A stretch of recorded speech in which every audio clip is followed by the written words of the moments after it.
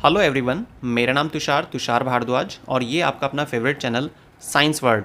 आज की वीडियो में हम क्लास 10th की बायोलॉजी का जो चैप्टर नंबर 6 है, लाइफ प्रोसेस, उसका एक इम्पॉर्टेंट टॉपिक डिस्कस करने वाले हैं, ब्रीथिंग एंड रेस्पायरेशन। आज की वीडियो लाइफ प्रोसेस चैप्टर की सेकेंड वीडियो है। फर्स्ट वीडियो में हमने डिस्कस किया था एक बेसिक इंट्रोडक्शन, साथ ही digestive system, human digestive system की कंप्लीट कॉन्सेप्ट को डिस्कस किया था। तो चलिए स्टार्ट करते हैं।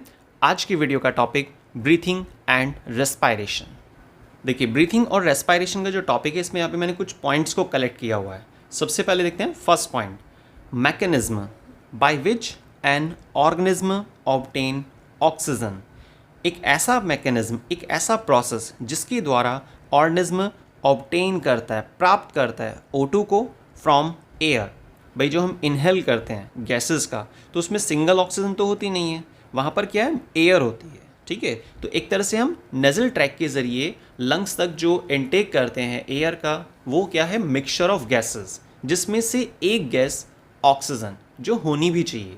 ठीक है, जो हमारे लिए बहुत ज़्यादा यूज़फुल होती है। कैसे यूज़फुल होती है, ये आपको आज की वीडियो में क्लियर हो जाएगा। And release CO2 is called breathing. तो ब्रीथिंग क्या है? ब्रीथिंग में देखिए बेसिकली यहाँ पर दो चीज़ें शामिल हैं, O2 को लेना और CO2 को रिलीज़ करना। ठीक है, इसलिए यहाँ पर फर्स्ट लाइन में डाला गया है एक ऐसा मैकेनिज्म, एक ऐसा प्रोसेस जिसके द्वारा ऑर्गेनिज्म O2 को एयर से लेता है, ठीक है, और रिलीज़ करता है CO2 को। It is called as a breathing. तो ब्रीथिंग एक कंप्लीट प्रोसेस हुआ जिसमें आप O2 ले रहे हैं और CO2 रिलीज़ कर रहे हैं। ठीक है, बिल्कुल सिंपल प्रोसेस है।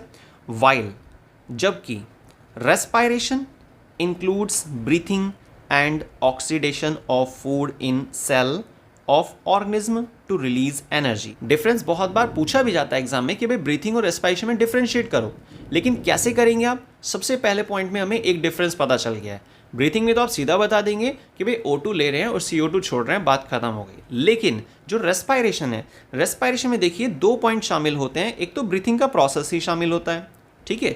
दूसरी खास चीज़, oxidation of food in cell.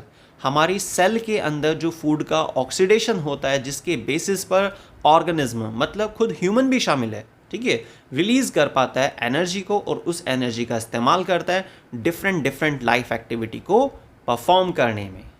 ठीक है, तो ये फर्स्ट पॉइंट आई थिंक आपको बहुत अच्छे से क्लियर हो गया होगा। अब आते हैं नेक्स्ट पॉइंट पर, इसको रब कर लेते हैं। चलिए अब देखते हैं सेकेंड पॉइंट, ब्रीथिंग। ब्रीथिंग क्या है? एक फिजिकल प्रोसेस होता है, while the respiration is a biochemical process. देखिए, रेस्पायरेशन को क्या कहा जा रहा है? Biochemical process. और ब्रीथिंग को क्या बोला जा रहा है? Physical process.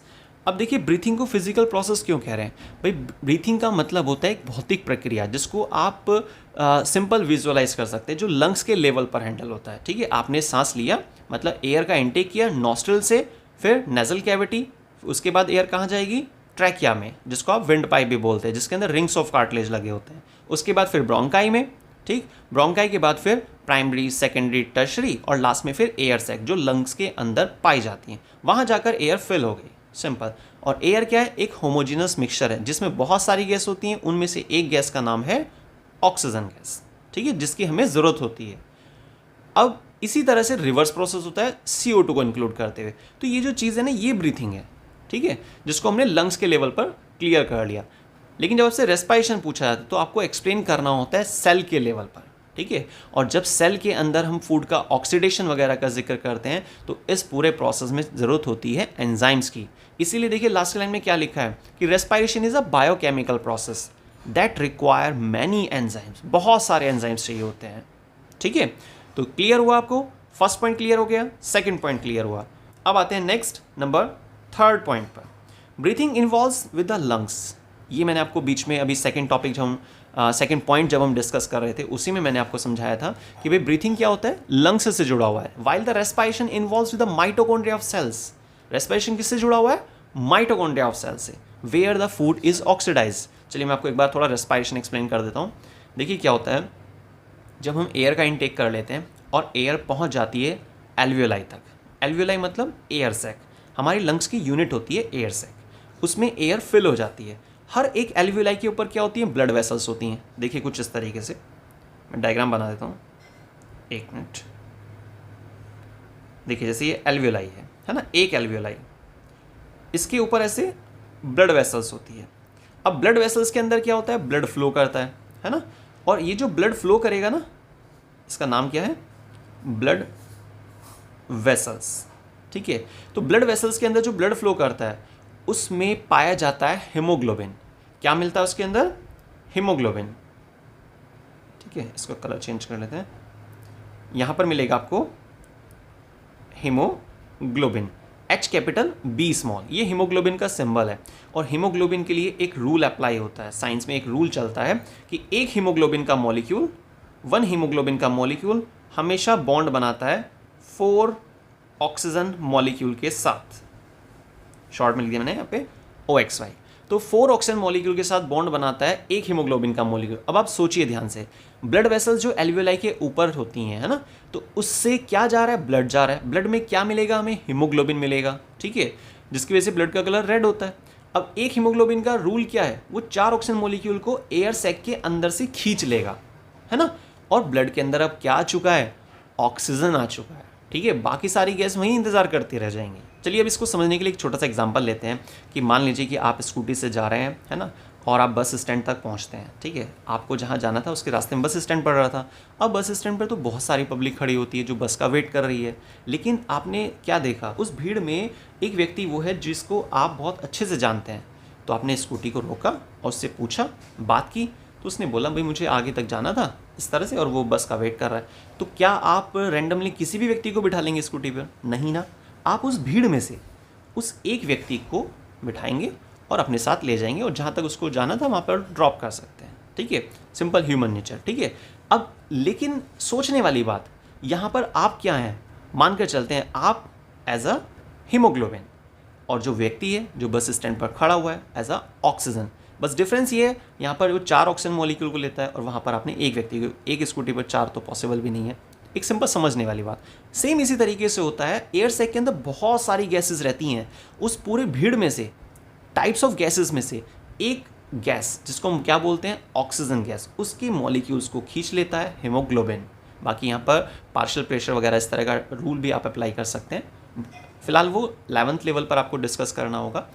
10th लेवल पर आप सिंपल बता सकते हैं कि एक हीमोग्लोबिन का मॉलिक्यूल जो ब्लड वेसल्स के अंदर है, ठीक है, ब्लड में पाया जाता है हीमोग्लोबिन, तो वो क्या करता है, उसमें से ऑक्सीजन गैस को ले लेता है, वो भी 4 मॉलिक्यूल को, और इस तरीके से फिर वो चलता है आगे, प्रेशर के साथ फ्लो करता है और कहाँ तक पहुँचा देता है ऑक्सीजन को, सेल तक पहुँचा देता है। सेल में फिर ऑक्सीजन की एंट्री होती है और फिर ऑक्सीजन पहुँचती है कहाँ पर, माइटोकॉन्ड्रिया के अंदर। और माइटोकॉन्ड्रिया के अंदर जब पायरुवेट पहुँचेगा, पायरुवेट कैसे बनेगा, ग्लूकोज में चेंजेस आता है सेल के अंदर और वो पायरुवेट बन जाता है। पायरुवेट फिर चेंज होता है हालांकि एसिटाइल कोएंजाइम ए में, आप सिंपल पायरुवेट भी कह सकते हैं। तो जब मटेरियल पहुँचेगा माइटोकॉन्ड्रिया के अंदर, ऑक्सीजन की प्रेजेंस होगी तो वो फिर वहाँ पर ऑक्सीडाइज हो जाएगा। तो फूड का ऑक्सीडेशन हुआ ना माइटोकॉन्ड्रिया के अंदर, लेकिन कब हुआ, कब हुआ, जब ऑक्सीजन माइटोकॉन्ड्रिया में प्रेजेंट होगा तब।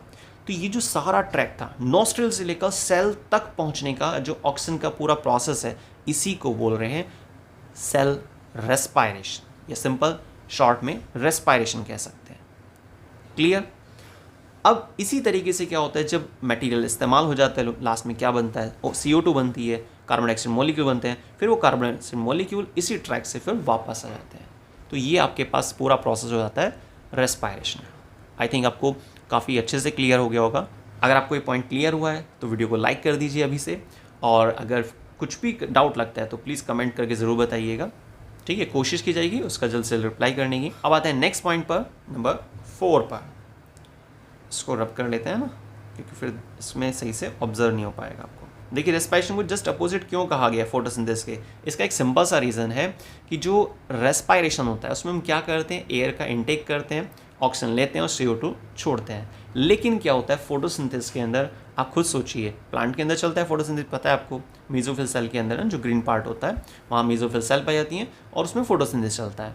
अब फोटोसिंथेसिस में जनरल क्या कहा जाता है, समझाने के तौर पर क्या बोलते हैं हम, कि भाई CO2 लेते हैं, है ना प्लांट, और O2 प्रोड्यूस करते हैं। रेस्पायरेशन देखिए जस्ट उल्टा हो रहा है, इसीलिए बोला गया यहाँ पर respiration is just opposite to photosynthesis. Because photosynthesis make food by using the CO2, water, sunlight and release the O2। ठीक है, मेन चीज CO2 ले रहे हैं और O2 रिलीज कर रहे हैं। Where is respiration? Break down of food. जबकि रेस्पायरेशन में क्या होता है? ब्रेक डाउन होता है फूड का। ठीक है, लाइक ग्लूकोज रेस्पिरेटरी सब्सट्रेट ले सकते हैं आप। और बाय यूजिंग द O2 का इस्तेमाल करके and release CO2, water and energy. यहाँ पर देखिए जो मैंने आपको अभी प्रोसेस समझाया था ना रेस्पिरेशन वाले टॉपिक में, उसी को एक डायग्रामेटिक समझाने की कोशिश की गई है। जब हम फूड का इंटेक करते हैं ना, स्पेशली आपने मान लीजिए कार्बोहाइड्रेट का इंटेक किया, और कार्बोहाइड्रेट जब फुल्ली डाइजेस्ट हो जाता है तो लास्ट में क्या बनता है? स्मॉल इंटेस्टाइन के अंदर ग्लूकोज बनता है। इस पूरे प्रोसेस में एंजाइम्स की ज़रूरत होती है। एंजाइम्स प्रोटीन के बने होते हैं मेनली, और हाईली स्पेसिफिक होते हैं अपनी अपनी रिएक्शन के हिसाब से। ठीक है, अब जब ग्लूकोज हमारी स्मॉल इंटेस्टाइन में तैयार हो गया है, ये ग्लूकोज फिर ब्लड के जरिए, ब्लड एज अ ट्रांसपोर्ट का काम करता है। तो कहाँ तक पहुँचाएगा ग्लूकोज को? सेल के अंदर तक। और ये जो स्ट्रक्चर है ये किसकी है? सेल की। मैं लिख देता हूँ यहाँ पर सेल। तो सेल में ग्लूकोज आ गया। अब ग्लूकोज जब सेल में एंटर कर जाता है ना, तो फिर वो टूटता है पायरुविक एसिड में। ठीक है, तो किस में टूटेगा? पायरुविक एसिड में, या पायरुवेट भी कह सकते हैं। बाकी एक ग्लूकोज का जो मॉलिक्यूल होता है वो 2 पायरुवेट के मॉलिक्यूल में टूटता है। ये चीज़ भी आप नोट कर सकते हैं। इस प्रोसेस को क्या बोलते हैं? ग्लाइकोलाइसिस, वो लिखा हुआ है यहाँ पर। अब पायरुवेट जो होता है ना वो फिर अंदर जाता है। अगर थोड़ा और डिटेल लें तो पायरुविक एसिड को भी चेंज होना पड़ता है एसिटाइल कोएंजाइम ए में। देखिए इस तरह से लिखते हैं उसको, एसिटाइल और coenzyme A, CO, C capital, O small और A कैपिटल। तो एसिटाइल कोएंजाइम ए में टूट जाता है, पायरुविक एसिड याद रखना है। फिर वो एसिटाइल कोएंजाइम ए, या फिर आप जनरली बोल सकते हैं कि भाई पायरुविक एसिड जा रहा है ना, पर वैसे क्या है, एसिटाइल कोएंजाइम ए में चेंज होता है ये। ठीक, फिर ये मटेरियल कहाँ जाएगा? माइटोकॉन्ड्रिया के अंदर। और माइटोकॉन्ड्रिया में अंदर जाने के बाद फिर आगे के बहुत सारे प्रोसेस होते हैं, वो हालांकि क्लास 11 की बायोलॉजी में आपको मिलेगा, चैप्टर नंबर 13 में रेस्पिरेशन के नाम से एक चैप्टर दिया हुआ है, वहाँ ये टॉपिक दोबारा से आएगा फुल डिटेल में। खैर मटेरियल जब जाता है ना माइटोकॉन्ड्रिया में, तो वहाँ जाने के बाद बहुत सारे स्टेप्स से गुजरना पड़ता है और लास्ट में बनते हैं ATP मॉलिक्यूल, मतलब स्टोर्ड फॉर्म ऑफ एनर्जी। और कितने ATP मॉलिक्यूल बनते हैं? 38 ATP मॉलिक्यूल। नोट कर लेते हैं इसको, 38 ATP मॉलिक्यूल। आपने नोटिस किया होगा ग्लूकोज के कितने मॉलिक्यूल एंटर कर रहे थे सेल के अंदर? हमने एक कंसिडर किया है ना कि single molecule of glucose enter कर रहा है सेल में। मैंने लिख भी दिया था यहाँ पर उसको। तो एक मॉलिक्यूल से कितने मॉलिक्यूल बनते हैं ATP के? 38 ATP मॉलिक्यूल बन जाते हैं सिंगल मॉलिक्यूल ऑफ ग्लूकोज से। लेकिन इस पूरे काम को करने में 2 मॉलिक्यूल खर्च हो जाते हैं। कितने मॉलिक्यूल खर्च हो जाते हैं? 2 मॉलिक्यूल। तो -2 मॉलिक्यूल। तो कितना होगा नेट गेन? 36।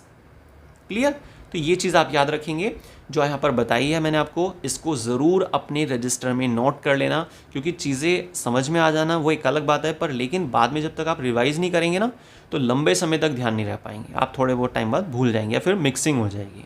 ठीक है, खैर डाउट लगेगा तो आप प्लीज़ कमेंट करिएगा, और जिस भी टॉपिक में आपको डाउट लगता है और क्लियर है तो भी बताइएगा कि टॉपिक आपको 100% क्लियर है। चलिए अब आगे चलते हैं। तो ये प्रोसेस आपको क्लियर हो गया। इसमें सिर्फ यही समझाया गया है कि कैसे यहाँ पर एनर्जी प्रोड्यूस हो रही है। इन सब चीज़ों को थोड़ा सा पॉइंट वाइज हमने डिस्कस किया। अब नीचे एक पॉइंट आता है, देखिए, energy produce during the respiration is stored in the form of ATP। ये तो आप समझ ही गए हैं। जो एनर्जी प्रोड्यूस होती है ना, वो किस फॉर्म में होती है? ATP की फॉर्म में। या आप सीधा बोल दीजिए stored form of energy is called ATP। Next यहाँ पर देखिए 2 रिएक्शन लिखी हुई हैं ATP फॉर्मेशन के लिए। फर्स्ट रिएक्शन में ATP फॉर्मेशन दिखाया जा रहा है, और सेकंड जो रिएक्शन है एक्चुअल में उसमें ATP को ब्रेक डाउन होते हुए दिखाया गया है। ADP मतलब adenosine diphosphate plus inorganic phosphate plus small amount of energy. इसका इस्तेमाल करते हुए क्या बनेगा? ATP, adenosine triphosphate. और याद रखना है आपको, अभी हमने पीछे डिस्कस भी किया था लास्ट पेज पर, सिंगल मॉलिक्यूल ग्लूकोज का 38 ATP मॉलिक्यूल बनाता है, लेकिन इस पूरे काम को करने में 2 मॉलिक्यूल ATP के खर्च हो जाते हैं। तो नेट गेन कितना होता है? 36 ATP मॉलिक्यूल। अब आते हैं आगे। ATP टूटकर क्या प्रोड्यूस करता है? एनर्जी प्रोड्यूस करता है ना। लेकिन कैसे? ATP पहले ब्रेकडाउन होगा किसमें? ADP प्लस IP में, और इस रिएक्शन के साथ एनर्जी भी रिलीज होती है, जिसका इस्तेमाल किया जाता है जो भी सेल की एक्टिविटी है उस सब में। ठीक है, तो एडीपी की फुल फॉर्म आपको याद रखनी है, एडेनोसाइन डाइफॉस्फेट, आईपी मतलब इनऑर्गेनिक फॉस्फेट। चलिए अब आगे चलते हैं। Initial step of glucose breakdown occur in a cytosol. Cytosol किसको बोल रहे हैं, देखिए डायग्राम में एक बार फिर से देखते हैं। ये जो माइटोकॉन्ड्रिया है ना, इस सेल के अंदर बहुत सारी ऑर्गेनेली होती हैं। यहाँ पर सिर्फ जो ऑर्गेनेली हमें यहाँ पे टॉपिक में डिस्कस करनी थी उसी को मैंने ड्रॉ किया हुआ है, बाकी सबको हाइड कर दिया है। ये जो लगभग सेंटर में बना हुआ है ये क्या है, माइटोकॉन्ड्रिया है, ये वाली जो स्ट्रक्चर है माइटोकॉन्ड्रिया। अब साइटोसोल कहाँ होता है, साइटोसोल मतलब आपने शायद इसका दूसरा नाम सुना होगा साइटोप्लाज्म। तो साइटोप्लाज्म के लिए दूसरा नाम यूज़ किया जा रहा है साइटोसोल। सिंपल, न्यूक्लियस के बाहर जो भी लिक्विड होता है ना, जो भी आपके पास मटेरियल है सेल में, तो उसको हम क्या बोलते हैं, साइटोप्लाज्म, और उसी के लिए हम नाम यूज़ कर रहे हैं साइटोसोल। तो इनिशियल स्टेप्स होता है ग्लूकोज के टूटने का, वो कहाँ देखा जाता है, साइटोप्लाज्म के अंदर, and result to form the production of pyruvic acid. यहाँ पर देखिए लिखा हुआ है साफ साफ, जो हमने ऊपर डिस्कस कर लिया वैसे, 1 molecule of glucose give rise to the 2 molecule of pyruvic acid. This pathway does not require oxygen. इस पाथवे के लिए ऑक्सीजन की जरूरत नहीं होती है, एक तरह का एनारोबिक रिएक्शन प्रोसेस होता है ना। Fate of pyruvic acid, pyruvic acid का मेन टारगेट क्या है, determined by the presence or absence of O2। When O2 is not available, pyruvic acid break down as an anaerobically to produce either ethyl alcohol and H2O in case of yeast and plant body, or lactic acid in case of animal body cells. There is a 3 carbon compound. This is 3 carbon compound. देखिए यहाँ पर line में आपको बताया जा रहा है जो नॉर्मल प्रोसेस होता है ना, हमारी जो सेल होती है उसके अंदर एरोबिक प्रोसेस चलता है, ठीक, माइटोकॉन्ड्रिया में स्पेशली ऑक्सीजन की प्रेजेंस में ही काम होता है। लेकिन कई बार कुछ केसेस में क्या होता है, कुछ कंडीशन में क्या होता है, जब एनारोबिक प्रोसेस चलता है हमारी मसल्स में, ठीक है, और वो कब चलेगा, कुछ कंडीशन जैसे आप एग्जांपल ले सकते हैं ड्यूरिंग विग्रस एक्सरसाइज, जब आप हैवी वर्कआउट कर रहे हैं तो उस समय क्या होता है, ऑक्सीजन का लेवल डाउन हो जाता है। हमारी बॉडी में जो रेस्पिरेशन रेट होता है वो क्या होता है, 15 to 18, कितना होता है, 15 से 18 पर मिनट। तो 1 मिनट में व्यक्ति 15 से 18 बार सांस लेता है। लेकिन जब हम हैवी वर्कआउट करते हैं तो उस समय क्या होता है, ये रेस्पिरेशन लेवल थोड़ा डाउन हो जाता है, ये रेट घटते घटते 3 से 4 पर भी आ जाता है। तो ऐसी कंडीशन में हमारी सेल्स के माइटोकॉन्ड्रिया के अंदर ऑक्सीजन लेवल बहुत कम हो जाएगा, जिसकी वजह से जो पायरुविक है वो एटीपी में कन्वर्ट नहीं हो पाएगा। और किस में कन्वर्ट होगा फिर भाई, जब एटीपी नहीं बना पा रहा है तो फिर क्या बनाएगा, लैक्टिक एसिड बना देगा। अगर आप ह्यूमन का जिक्र कर रहे हैं, यहाँ पर देखिए 2 केसेस बताए ना, एक तो यहाँ पर डिस्कस किया गया है लैक्टिक एसिड के बारे में, और एक डिस्कस किया गया इथाइल अल्कोहल के बारे में। अगर आप यीस्ट का जिक्र कर रहे हैं, ठीक है, या कुछ प्लांट बॉडी का केस ले रहे हैं तो वहाँ पर इथाइल अल्कोहल बन जाता है। लेकिन अगर आप ह्यूमन का जिक्र कर रहे हैं, ह्यूमन में बताना चाह रहे हैं एनारोबिक रेस्पिरेशन, जो कुछ केसेस जो मैंने अभी आपको एग्जाम्पल के जरिए समझाया ड्यूरिंग विग्रस फिजिकल एक्सरसाइज, जब आप कुछ एक्सरसाइज कर रहे हैं, कुछ हैवी वर्कआउट कर रहे हैं उस दौरान, तो वहाँ पर आप लैक्टिक एसिड का जिक्र करेंगे जो 3 कार्बन कंपाउंड होता है। तो आई थिंक आप समझ गए होंगे। सिंपल ये टॉपिक आपको ये समझाना चाह रहा है कि भाई ह्यूमन में एरोबिक कंडीशन चलती हैं मेनली, लेकिन कुछ केसेस में एनारोबिक कंडीशन भी देखी जाती है, और जिसके लिए हमने एग्जांपल क्या लिया, हैवी वर्कआउट के दौरान, ठीक है। और जब हमारी बॉडी की सेल के माइटोकॉन्ड्रिया में ऑक्सीजन लेवल डाउन होगा तो ऐसी कंडीशन में लैक्टिक एसिड फॉर्मेशन हो जाती है साइटोप्लाज्म में, ठीक है। पायरुवेट जो है वो एटीपी फॉर्मेशन नहीं करेगा, वो लैक्टिक एसिड बना देता है। मसल सेल्स के अंदर ऐसा देखा जाता है, पर ये नॉर्मल केस नहीं है, कुछ कंडीशन के दौरान। क्लियर। अब आते हैं next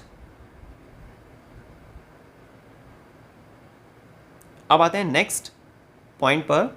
if oxygen is available, और अगर ऑक्सीजन अवेलेबल है तो वो तुमने सारा प्रोसेस समझ ही लिया है कि भाई पायरुविक एसिड एंटर करेगा, माइटोकॉन्ड्रिया में ब्रेकडाउन वगैरह होगा, एरोबिक प्रोसेस चलेगा यहाँ पे सब कुछ, और Krebs cycle, electron transport chain, ऐसे काफ़ी सारे प्रोसेस चलते हैं, स्टेप्स देखे जाते हैं उसमें केमिकल रिएक्शंस के, जिसके रिजल्ट में फिर एटीपी फॉर्मेशन हो जाता है, ठीक है, और CO2 वगैरह रिलीज हो जाएगी। अब आते हैं देखिए टाइप्स ऑफ रेस्पिरेशन में, जो भी हम समझ रहे हैं वो चीज़ यहाँ पर भी है, पॉइंट वाइज लिखी हुई है। टाइप्स ऑफ रेस्पिरेशन, रेस्पिरेशन देखिए 2 प्रकार का होता है। Number first aerobic respiration, number second anaerobic respiration. जो एरोबिक रेस्पिरेशन है इसका मतलब क्या है, एक ऐसा प्रोसेस जिसमें जो रेस्पिरेटरी सबस्ट्रेट है, जो फूड है, वो ऑक्सीडाइज होता है, ठीक है, फूड का ऑक्सीडेशन होता है। लेकिन जैसे मैंने आपको अभी पीछे डायग्राम में भी समझाया था कि भाई जब हमारी सेल के अंदर ग्लूकोज एंटर करता है तो ग्लूकोज को पायरुवेट में चेंज होने के लिए, ठीक है, ग्लूकोज को पायरुवेट में या पायरुविक एसिड में चेंज होने के लिए ऑक्सीजन की ज़रूरत नहीं होती। तो ये वाला जो प्रोसेस है, जहाँ पे देखिए मैंने अभी मार्क भी किया है, ये एनारोबिक प्रोसेस होता है। कैसा होता है? एनारोबिक, मतलब ऑक्सीजन नहीं चाहिए यहाँ पर। इसी प्रोसेस को बोलते हैं ग्लाइकोलाइसिस, जो साइटोप्लाज्म में चलता है। क्लियर? लेकिन जब पायरुविक एसिड से आगे का हम प्रोसेस देखते हैं तो उस प्रोसेस को चलाने के लिए, मतलब माइटोकॉन्ड्रिया के अंदर O2 होनी बहुत ज़्यादा ज़रूरी है, क्योंकि अगर O2 प्रेजेंट नहीं होगी तो फिर आगे का प्रोसेस नहीं चल पाएगा, मतलब ATP फॉर्मेशन नहीं होगा, लैक्टिक एसिड बन जाएगा। अभी हमने लास्ट समझा एनारोबिक केस की वजह से, ठीक है। तो याद रखना है आपको, ग्लूकोज से पायरुवेट ऑक्सीजन नहीं चाहिए, लेकिन पायरुवेट से या पायरुविक एसिड से अगर हम ATP फॉर्मेशन चाहते हैं तो उसके लिए हमें ऑक्सीजन की ज़रूरत होती है। तो ये एरोबिक प्रोसेस है। क्लियर? अब आते हैं आगे। एनारोबिक रेस्पिरेशन क्या होता है? एनारोबिक रेस्पिरेशन मतलब एक ऐसा प्रोसेस जो देखा जाता है लेकिन ऑक्सीजन की एब्सेंस में, है ना। ऑक्सीजन जब नहीं होती है तो ऐसी कंडीशन में एनारोबिक रेस्पिरेशन बोलते हैं। माइक्रोस्कोपिक बैक्टीरिया, कुछ यीस्ट, है ना, वो ऑब्टेन करते हैं एनर्जी को इसी प्रोसेस का इस्तेमाल करके। यहाँ पर देखिए रिएक्शन लिखी हुई है नीचे, ग्लूकोज से पायरुविक एसिड का बनना, सेम प्रोसेस है, ऊपर वाली रिएक्शन है सेम। साइटोप्लाज्म में ऑक्सीजन नहीं चाहिए, लेकिन पायरुविक एसिड से फिर इथाइल अल्कोहल का बनना, साथ में ATP फॉर्मेशन होना, लेकिन वो भी कितने? 2 मॉलिक्यूल ATP बनते हैं। लेकिन ये रिएक्शन किसकी है? यीस्ट। किसके लिए दी गई रिएक्शन? याद रखिएगा, यीस्ट के अंदर, है ना। तो वहाँ ऐसा देखा जाता है, यीस्ट की बॉडी में ऐसा देखा जाता है कि फर्स्ट स्टेप में भी ऑक्सीजन नहीं चाहिए और सेकेंड में भी ऑक्सीजन नहीं चाहिए।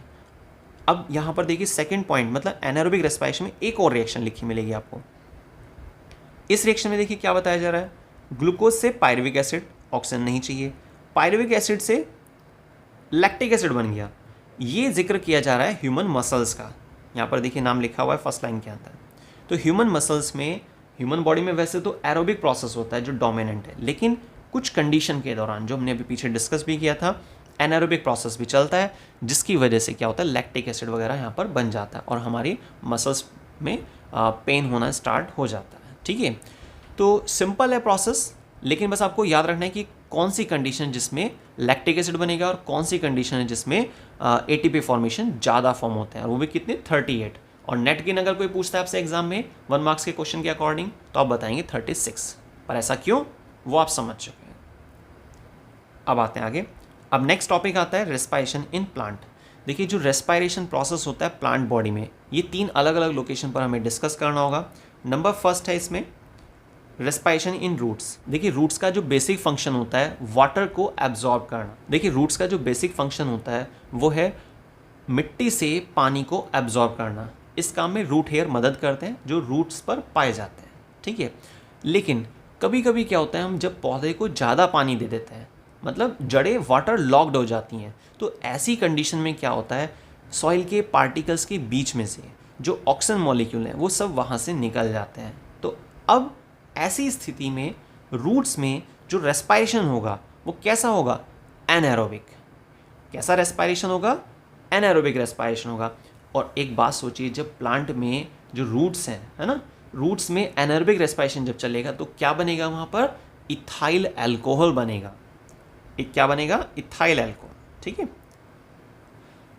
क्लियर हो गई बात? तो याद रखना है, वैसे नॉर्मली क्या चलता है, एरोबिक रेस्पिरेशन चलता है, लेकिन जब वाटर लॉक्ड वाली कंडीशन बन जाती है, मतलब पानी ज़्यादा दे देते हैं हम, है ना, नॉर्मल से ज़्यादा पानी दे देते हैं पौधे को, तो ऐसी स्थिति में सॉइल के पार्टिकल के बीच जो ऑक्सीजन गैस थी वो सब वहाँ से हट जाती है, रिमूव हो जाती है, और वहाँ पर एनारोबिक रेस्पिरेशन शुरू हो जाता है। रूट्स गल जाती हैं इथाइल अल्कोहल के बनने की वजह से। क्लियर? तो ये जो हमारा स्टेंजा है यहाँ पर यही समझाया जा रहा है आपको कि air present in between the particles of soil, air present होती है सॉइल के पार्टिकल्स के बीच में। रूट्स जो होते हैं plants, roots of plants take the O2 required for the respiration by the process of diffusion. Oxygen diffuses into the root hairs. Oxygen कहाँ जाती है? रूट हेयर में जाती है, and reaches all other cells of the roots for respiration. Carbon dioxide gas is produced in the cell of the root during respiration and move out through the same root hairs by the process of diffusion. तो इसी तरीके से CO2 फिर बाहर भी चली जाती है। रेस्पिरेशन की बात चल रही है ना, याद रखना है, फोटोसिंथेसिस का जिक्र नहीं है यहाँ पर अभी। It is noted that land plants diet.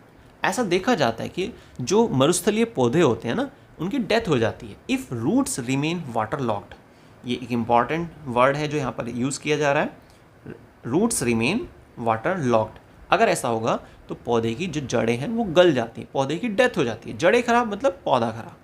This is because too much water expel the O2 from soil particles. Due to this oxygen is not available to roots for aerobic respiration. So root respire anaerobically. ठीक है, तो इस तरह से root में कैसे respiration चलेगा? Anaerobic, जो पौधे की डेथ का कारण बन सकता है, मैक्सिमम चांसेस होते हैं इसके। ठीक है, चलिए खैर अब आते हैं रेस्पायरेशन इन स्टेम। हार्ड और woody stem of big plant, hard और woody stem of big plant और trees do not have the stomata, उसमें स्टोमेटा नहीं होते। In woody stem bark has lenticel. Main चीज़ देखिए, आप नोट कर लेना इसको, लेंटिकल्स, लेंटिकल्स। ठीक है, तो जो वुडी स्टेम होता है उसमें क्या पाया जाता है? लेंटिकल्स पाए जाते हैं। उसके ज़रिए वो गैसेस एक्सचेंज करते हैं, O2 लेते हैं और CO2 को उसी तरीके से फिर उसी स्ट्रक्चर से बाहर निकालते हैं। सिंपल प्रोसेस है। अब आते हैं देखिए तीसरे पॉइंट पर, रेस्पायरेशन इन लीव्स। लीव्स में जो हम रेस्पायरेशन समझते हैं उसको देखिए दो स्टेप में समझना होता है, एक तो डे टाइम और एक नाइट टाइम। पहले डे टाइम लेते हैं। दिन के समय देखिए फोटोसिंथेसिस भी चल रहा है और रेस्पायरेशन भी चल रहा है। फोटोसिंथेसिस चलता है लार्ज स्केल पर, है ना, लेकिन जो उसके पास में रेस्पायरेशन प्रोसेस चल रहा है वो थोड़ा सा स्मॉल स्केल पर चलता है। अब देखिए होता क्या है कि जो फोटोसिंथेसिस में O2 को प्रोड्यूस किया जाता है और CO2 को लिया जाता है, लेकिन जैसे मैंने आपको बताया लार्ज स्केल पर। तो एग्जाम्पल के तौर पे मान लीजिए कि फोटोसिंथेसिस प्रोसेस को चलाने के लिए प्लांट की सेल में, कौन सी, मेसोफिल सेल के अंदर 100 CO2 की ज़रूरत है। ठीक है, तो 100 O2 मॉलिक्यूल प्रोड्यूस होंगे, लेकिन वो जो 100 O2 के मॉलिक्यूल हैं बाहर नहीं जाएंगे। उसमें से मानकर चलिए एक एग्जांपल के तौर पर 10 मॉलिक्यूल O2 के इस्तेमाल हो जाएंगे नियर बाय जो प्रोसेस चल रहा है रेस्पायरेशन का, लेकिन जो 90 मॉलिक्यूल बची ना O2 के फोटोसिंथेसिस के रिजल्ट में, वो बाहर चले जाएंगे। फोटोसिंथेसिस बोलेगा रेस्पायरेशन से कि भाई मैंने तुम्हें 10 मॉलिक्यूल दिए O2 के, तो अब आप 10 CO2 मॉलिक्यूल जो प्रोड्यूस होंगे रेस्पायरेशन के रिजल्ट में वो मुझे दे दो। ठीक है भाई, बदले में कुछ ना कुछ तो लेगा ना वो। तो फोटोसिंथेसिस क्या करेगा? रेस्पायरेशन से 10 CO2 के मॉलिक्यूल को ले लेगा। ठीक है, लेकिन जैसे मैंने आपको स्टार्टिंग बताया कि फोटोसिंथेसिस के लिए मैंने क्या कंसिडर किया था? 100 CO2 मॉलिक्यूल। तो 100 में से फिर वो 10 मॉलिक्यूल तो वहाँ से ले रहा है रेस्पायरेशन के, लेकिन 90 मॉलिक्यूल CO2 के कहाँ से लेगा? एनवायरनमेंट से।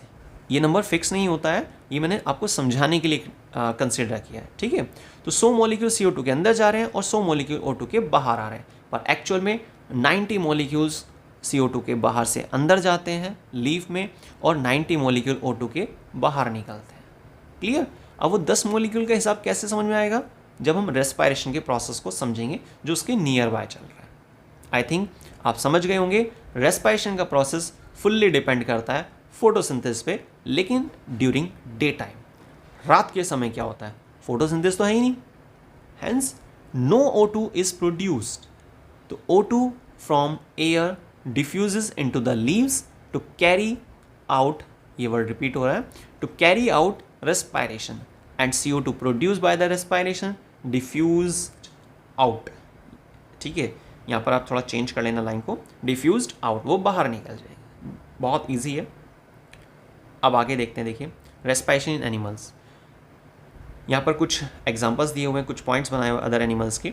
जो सिंपल यूनिसेलुलर एनिमल्स होते हैं जैसे कि अमीबा, उसमें जो रेस्पायरेशन होता है ना, कैसे होता है? सिंपल मेम्ब्रेन के जरिए, मेम्ब्रेन ही काम करती है उसमें रेस्पायरेशन के लिए। ठीक है, तो सिंपल डिफ्यूजन होता है गैसेस का through the cell membrane.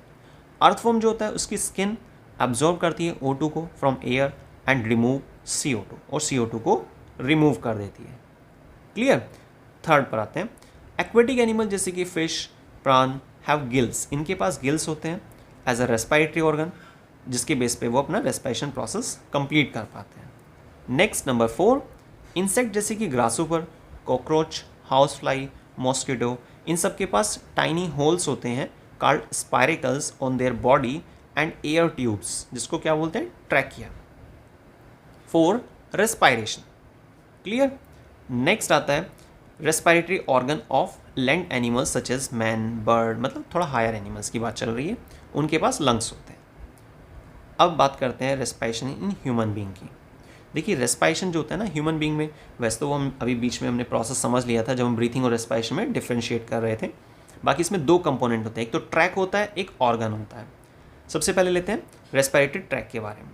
Respiratory tract act as a passage way for fresh air to flow from outside to the lungs and produced air from lungs to exterior. Simple, ये tract है।